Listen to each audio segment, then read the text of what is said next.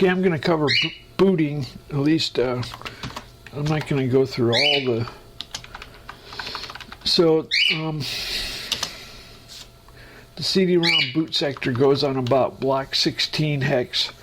Anyway, my boot sectors, they reload. Okay, the BIOS loads the boot sector at 7C00. Mine copies itself. Mine identifies where it is. It calculates where it currently is, and it copies itself up to a location. Mine copies itself out of the way. Boot high location. Mine boot high location is up in the 90,000s. Okay, so my bootloader copies itself out of the way and uses the BIOS interrupt 42. I'm not messing with anything earlier than a 64-bit. All 64-bit computers have 1342. Where's 1342? 42 is the BIOS code. Interrupt 1342. So you're asking, how do I use absolute addresses? Well, let's look at my hard disk. That's the one I want to look at. So the hard disk makes it. There's a DAP. This is a structure in memory that has a block address, 64-bit block address, and a count of blocks. And mine when I install. When you write the files to the hard disk, that's when you set the absolute address of the kernel. So it's every time you update the kernel.bin, you have to update the boot sector. Every time you make a new kernel, you have to update the boot sector. Okay, that's how it works. The CD-ROM, it's kind of easier, more predictable. But anyway. So I have a file find. This will get the cluster number of a file. If you want the cluster number of a file so that you can write, then okay, I'm trying for minimum line count.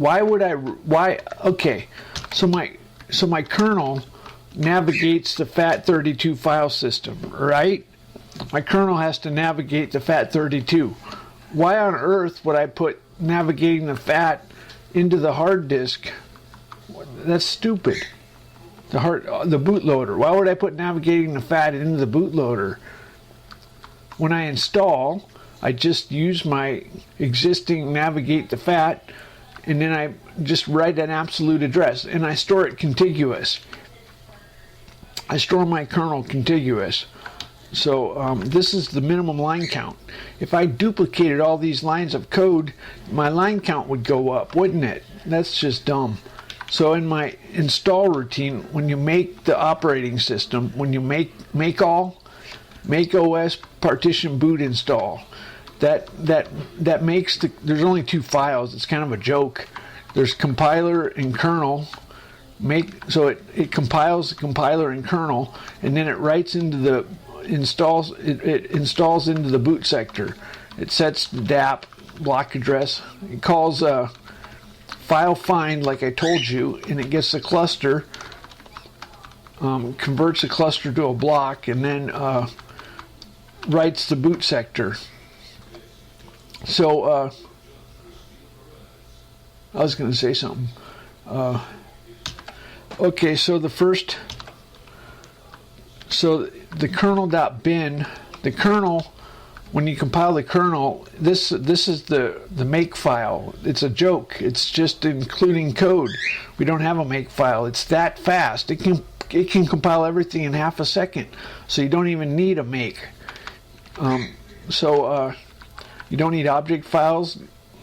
I'm limiting it to 100,000. It's always going to be small because I'm limiting it. Anyway, so the kernel make file it goes in the order of this file. So kstart is the first. I forgot to tell what the bootloaders do. So the bootloader identifies where it's located, and it copies itself up to the 90,000s, and then it uses the already absolute address of the kernel, absolute address of the kernel.bin. It loads it one block at a time, and then it jumps to boot RAM base. This jumps back down to 7C. So it loads back into 7C after it's moved itself up to the 90,000s, and then it jumps to the start of the kernel. And the kernel bin starts with the header, and then it's the kernel start. So this is now what. Okay, class, we're in real mode. Did you realize that? I'm not doing UEFI. They're gonna support me. I'm not supporting them. They use ELF and they use graphics file formats. It's totally fucked up for me. So I'm just gonna command everybody that from now on you can only reduce God's temple, not line count. So this is called in real mode by the bootloader. It skips it has some data structures here. The GDT, you guys love that, don't you? Ooh, do you know what a GDT is? Ooh, I did that in 93, folks. Anyway, you guys are not using 16-bit. A 16-bit has twice as wide of entries, and guess what? I have to pass through. I start in real mode, and I change to protected and then to long. So I start in real mode, then I change to protected, and then I change to long. But I do a trick. I skip every other entry so that it works for both protected mode and long mode. So in other words, I use the same GDT for protected and long mode because they're bigger. Everything's bigger in long mode, except the TSS. That's kind of all different. Anyway, the TSS no longer holds the registers. You don't have a push all.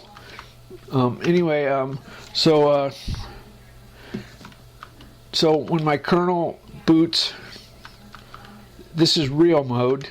It calls interrupt 10 to change to VGA, to change to 640.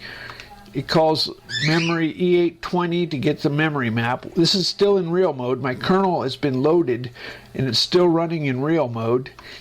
I made my assembler be able to do 64-bit, 32-bit, and 16, but my compiler only does 64-bit. Did you know it's easier to do a 64-bit compiler because you have more registers? It's much harder to do a 16-bit compiler because you have fewer registers and you have segmentation. My assembler does not do segmentation. It only does limited 16-bit. So now we enable E820. I don't. Brendan at OS Dev gets really carried away. Mine only works in 64-bit computers, so I don't have to worry about all the weird ones. So here's where I set up my my GDT. This is what a person was asking about. There's the limit of the data segment, limit of the code segment. In long mode, the limit doesn't matter. The base is 0 for DS and CS.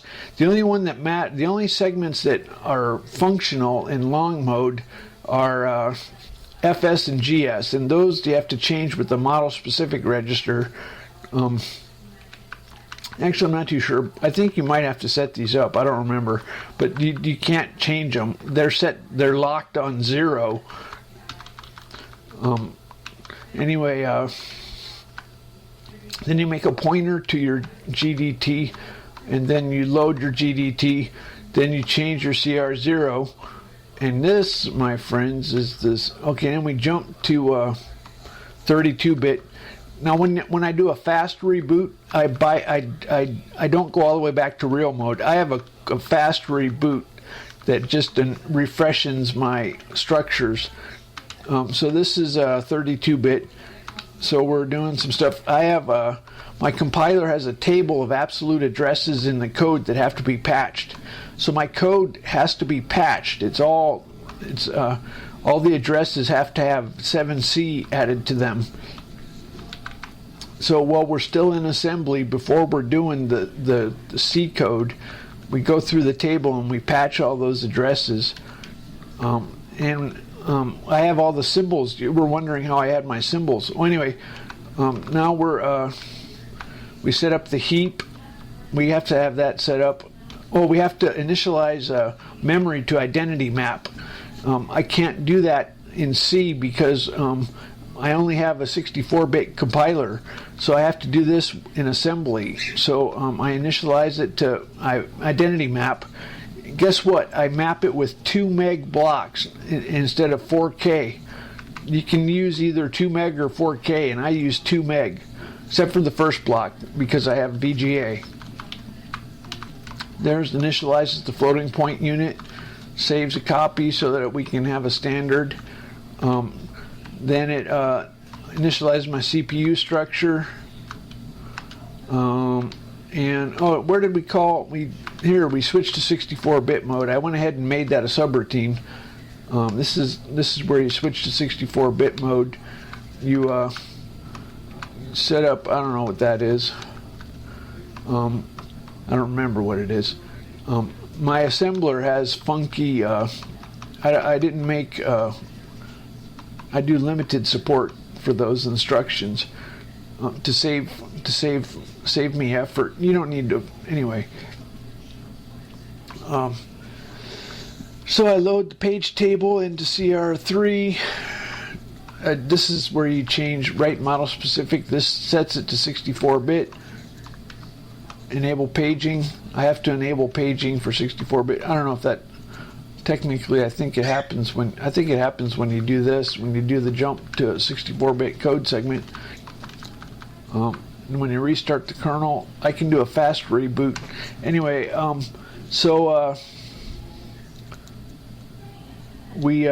the last thing we do after we